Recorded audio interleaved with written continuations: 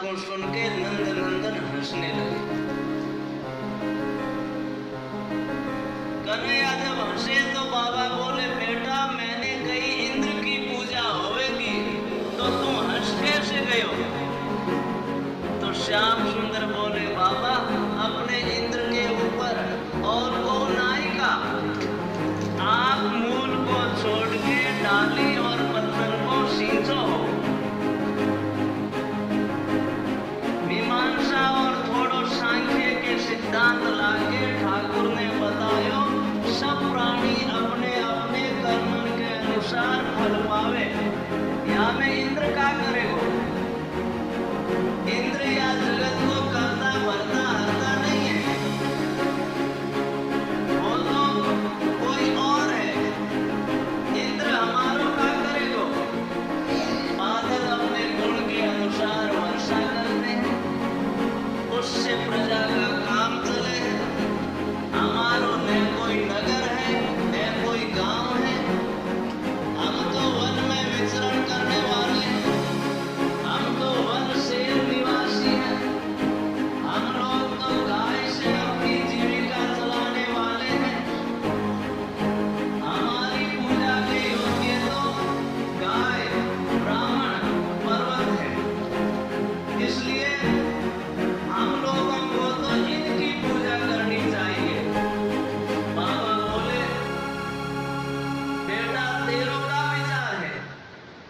लाला कन्हैया बोले, बाबा इंद्र की पूजा छोड़ो, गोवर्धन की पूजा करो, और उनके समान और देवता नहीं है। बाबा ने कही, अरे बेटा अभी तेरी 7 वर्ष की उम्र है, 7 वर्ष को कुंवर कनाई ऐसी बुद्धि कहां ते पाई? को नास्तिक को संग तो ना मिल गया तुझे, जो देवराज की पूजा छोड़ के गोवर्धन की पूजा की तेरे मन में आई है। कन्हैया बोले, बाबा मैं कई दिनों से एक सपनों देखूं हूं, वहां में 4 भुजा के एक देवता प्रकट होके बोले हैं, देव कन्हैया हम ब्रजवासी के घर के देवता हैं, तो हमारी तो को पूजा करे नाई, और न जाने कौन कौन देवता की पूजा करते ये ब्रजवासी डोले हैं।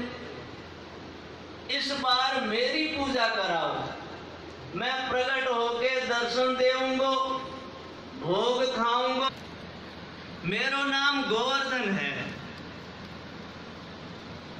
यशोदा मैया दही में बुरो परोसे या प्रकार सु बोली, महर लाला को बालक समझ के या की बात को टार मत दीजो, देवता की पूजा की बात है।